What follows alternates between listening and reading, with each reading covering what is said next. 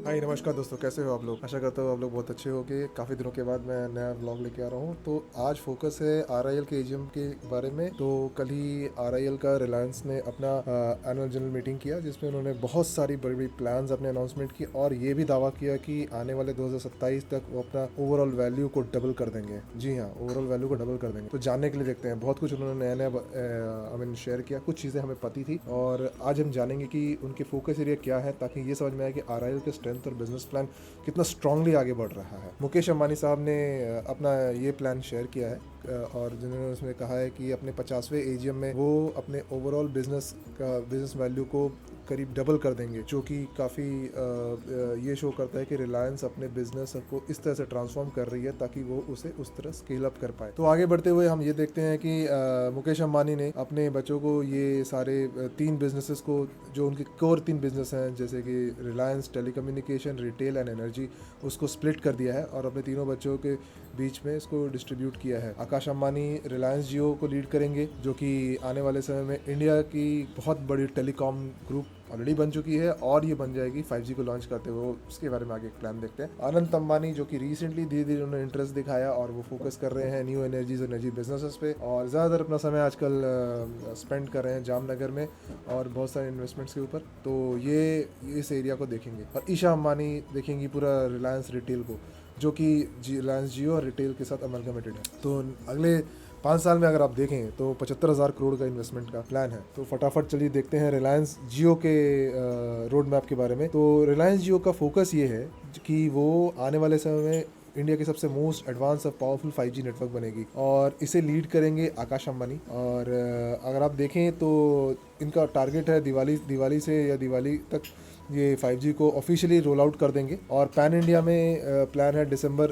23 तक इसे लॉन्च कर देंगे। और ओवरऑल जो इन्वेस्टमेंट होगा इस दौरान, जो आप देख सकते हैं, 2 लाख करोड़ का है, जो कि अक्रॉस ग्लोबली देखा जाएगा हर एक मेट्रो सिटीज़ में इसे कवर करने के लिए। और बाई मेट्रो सिटीज़ में जैसा मैंने बताया आपको कि दिवाली तक ये अक्टूबर 22 तक ये आ जाएगा और बाकी पैन इंडिया में 2023 तक, दिसंबर 2023 तक इसे पाया जा सकता है। और इस चीज़ को अच्छे से हर एक सेगमेंट तक रीच करने के लिए उन्होंने ये भी किया है कि गूगल के साथ टाई अप करके 5G अफोर्डेबल 5G फोन्स के ऊपर काम कर रहे हैं। ये भी नहीं, रिलायंस एयर फाइबर भी एक लेके आ रही है, जो कि आपका वायरलेस एक्सेस इंटरनेट कनेक्टिविटी होगा, जो कि अभी फिलहाल के लिए टॉप 10 कंट्रीज में के से भी बेटर होगा। आगे बढ़ते हुए उसके अलावा वो और भी अफोर्डेबल क्लाउड सर्विसेज को लॉन्च कर रहे हैं। वो उसे क्लाउड पीसी की तरह से उन्होंने मार्केट किया है और उनका एक्सपेक्टेशन या दावा है कि आने वाले समय में उनके जो कनेक्टेड डिवाइस की जो कैपेसिटी वो डबल हो जाएगी। जहां 800 मिलियन डिवाइसेस है, वहां 1.5 बिलियन डिवाइसेस हो जाएंगी बाय नेक्स्ट 1 ईयर।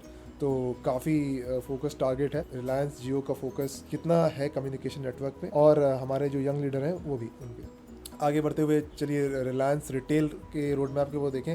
तो जैसा मैंने बताया कि ईशा अंबानी इसे लीड कर रही हैं और फोकस ये है कि since already Reliance retail top 10 retailers में एशिया में आती हैं और इसमें रिलायंस रिटेल जो फोकस रहेगी इनके अगले 5 साल में कि वो अपने फुटप्रिंट्स को बढ़ाएंगे, अपने दुकानों को बढ़ाएंगे, स्टोर्स को बढ़ाएंगे अक्रॉस। 15,000 का टारगेट है, जिसमें grocery, consumer electronics, Reliance fashion, lifestyles, then Reliance Jio mart को क्लोज टू 260 सिटीज़ में डिलीवर करना है। और उसके अलावा जो इनके करेंटली जो मर्चेंट पार्टनर्स हैं उन्हें 10 मिलियन तक पहुँचाना है। मतलब आप सोचो कि वो अभी बड़े बड़े मर्चेंट पार्टनर्स थे उनके, तो इनका फोकस वो भी हो रहा है कि जो नीश मर्चेंट पार्टनर्स हैं इनके तरफ भी फोकस करें। तो ये उनका बिजनेस प्लान है और ये इस साल के एंड में ऑफिशियली इस FMCG बिजनेस को भी लॉन्च करने वाले हैं। तो all the best to Isha Ambani on this. आगे बढ़ते हुए अनंत अंबानी। तो अनंत अंबानी, जैसा मैंने बताया, जो तीसरा बिजनेस है मुकेश अंबानी साहब का, that is the Reliance energy. और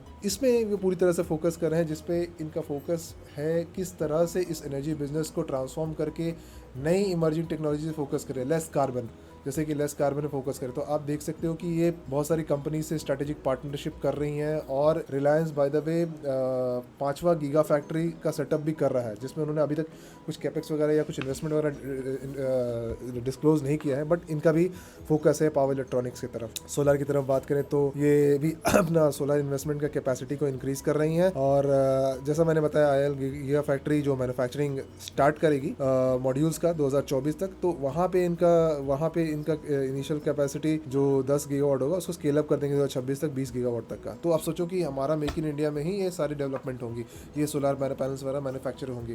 देन बैटरी, जैसा मैंने बताया कि ये पार्टनरशिप कर रही है लिथियम वीक के साथ, रेडियन के साथ, एम्ब्री के साथ, सो दैट ये आने वाले समय में इनका प्रोडक्शन 50 गीगावाट आवर तक का कैपेसिटी बढ़ा पाए 2027 तक, 5 साल के अंतर। और उसके अलावा अगर आप देखें तो ग्रीन हाइड्रोजन पे काफ़ी फोकस है। ग्रीन हाइड्रोजन को देख रहे हैं किस तरह से ग्रीन हाइड्रोजन को उसको यूटिलाइज करें और अधिक से अधिक कैप्टिव एनर्जी का रिक्वायरमेंट के गैप को फुलफिल किया जा सके विद यूजिंग ग्रीन हाइड्रोजन। तो ये काफ़ी बड़ा इन्वेस्टमेंट है दोस्तों, मतलब कि close to 10 billion USD partnership. और इस तरह के बैटरीज, ग्रीन एनर्जी और सोलर में देखें तो पूरा का पूरा बिजनेस को ही ट्रांसफॉर्म कर रहे हैं आने वाले नेक्स्ट 5 साल के लिए, जो कि दिखता है कि रिलायंस का फोकस कितना एडवांस है अपने शेयर होल्डर्स और अपने इन्वेस्टर्स को अधिक से अधिक वैल्यू देने में और कंपनी को और बड़ी बनाने के लिए। आगे बढ़ते हुए थोड़ा सा और कुछ ऐड करूंगा कि उसके अलावा जो रिलायंस एनर्जी में जो इन्वेस्टमेंट्स चल रही हैं वो basically oil to chemical conversions में वो ज़्यादा कैपेसिटी इंक्रीज करना चाह रही है। कुछ नए नए इन्वेस्टमेंट्स, कुछ प्रोजेक्ट्स के बारे में उन्होंने कल अपने एजीएम में इन्फॉर्म किया कि बाई